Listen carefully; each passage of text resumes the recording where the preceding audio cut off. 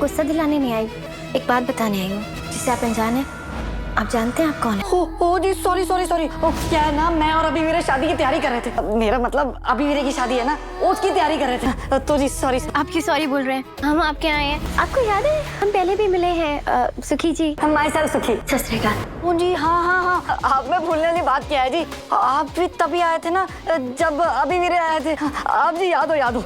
ये बंदगी यहाँ क्यों आई है? मेरे लगा रखा है सर। ये वो भरा है मेरा, आपका सर क्यों चकरा रहा है? तो हम लोग ना सम्रागी जी से मिलने आए थे हम लोग। ओ अच्छा, आप ना इधर बैठ जाओ, मैं उनको बुला के लेके आती। क्या सियापा है, इस बंदी को देखते ही दिल ऐसे धड़कने लगता है जैसे बॉडी में दिल ही नहीं टीजे लग गया हो, और ऊपर से अपने आप शायरियाँ निकलने लगती है। वो क्या रहा है? अरे मन्नत जी, नमस्ते सम्रागी जी। नमस्ते। सॉरी बिना बताए आने के लिए। नहीं कोई बात, बैठ। मन्नत जी और कुमार यहाँ क्यों आए और यहाँ क्या हो क्या रहा है? तो राजवंश फैमिली के लोग हैं। तो सोचने वाली बात तो ये है ना कि मन्नत जी को पता कैसे चला कि वो लोग यहाँ हैं और वो इनसे क्यों मिलने आई है? विभा, वो किसी सर्वेंट को बोलकर मन्नत जी के लिए कॉफी मंगवाना।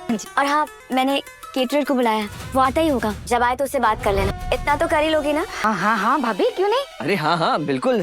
अब खाने की बात है तो विभा तो बिल्कुल नहीं चूकेगी। एक्सक्यूज मी जी आप तो मेजबानी में मिले थे, यहाँ कैसे? आप यहाँ कैसे? वो हमारा घर है। I'm really sorry. हम तो यहाँ पे वो केटरिंग के लिए आए थे। आपको केटरिंग की जरूरत? कितनी छोटी। दुआ का सालों पुराना इंतजार आज खत्म होने वाला है। क्या अभिमन्यु वाकई दुआ का असली पापा है या फिर किस्मत उसके साथ एक और खेल खेल रही है? क्या मन्नत अपने पति की सच्चाई तक पहुंच पाएगी और क्या गुंडों की ये साजिश सबकी जिंदगी हमेशा के लिए बदल देगी?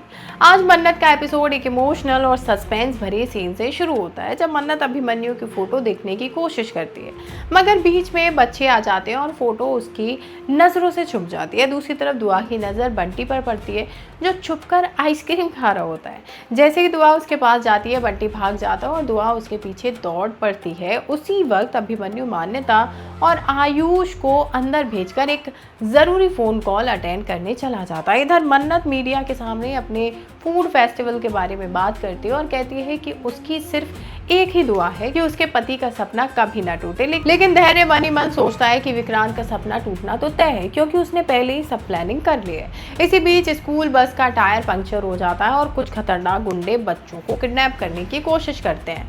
दुआ ये सब देखकर जोर से पापा चिल्लाती हुई भागती है, लेकिन एक गुंडा उसे पकड़ लेता है। तभी अभिमन्यु उसकी आवाज सुनकर वहां पहुंचता है और बिना देरी किए गुंडे की पिटाई शुरू कर देता है। तेज बारिश के बीच अभिमन्यु एक हीरो की तरह सभी गुंडों से लड़ता है। दुआ शौक में खड़ी बस उसे देखती रहती है। अभिमन्यु उसे एक सुरक्षित जगह छुपाकर कहता है कि जब तक वो वापस ना आए तब तक वहां से बिल्कुल ना हिले। वो वादा करता है कि उसके होते हुए दुआ को कुछ नहीं होगा। ये सुनकर दुआ को यकीन हो जाता है कि मन्नत सही थी और उसके पापा जिंदा हैं। लेकिन तभी अंकित वहां पहुंचकर अभिमन्यु को रोक देता है। उसे डर होता है कि अगर अभिमन्यु ने सब सच सामने ला दिया तो उसकी पूरी साजिश फेल हो जाएगी। अभिमन्यु दुआ के पास आता है और उसे सिर्फ एक बच्ची समझकर उसकी फिक्र करता है। दुआ हैरान रह जाती है क्योंकि उसके पापा उसे पहचान ही नहीं पा रहे। इसके बाद अभिमन्यु फिर से गुंडों के पीछे भाग जाता है। बंटी भी वहां पहुंचता है और दुआ की हालत देखकर घबरा जाता है। अंकित झूठ बोलकर कहता है कि कुछ गुंडे बच्चों को किडनैप करने आए थे और दुआ डर गई है। बंटी तुरंत धैर्य को फोन करता है और धैर्य मन्नत को सब बता देता है। दोनों तुरंत दुआ के पास पहुंच जाते हैं। इधर सम्रागी को भी किडनैपिंग की खबर मिलती है और वो सिर्फ इसी बात से परेशान हो जाती है कि कहीं उसका नाम इस मामले में ना आ जाए। मन्नत बार बार दुआ से पूछती है कि क्या हुआ था, लेकिन दुआ इतने बड़े सदमे में होती है कि कुछ बोल ही नहीं पाती। अंकित सबके सामने बताता है कि अभिमन्यु ने वक्त पर पहुंचकर बच्चों की जान बचा ली और ये सुनकर सम्रागी भी टेंशन में आ जाती है। वहीं धैर्य दुआ को संभालने की कोशिश करता है, लेकिन वो बेहोश होकर गिर पड़ती है। मन्नत तुरंत उसे हॉस्पिटल ले जाने का फैसला करती है।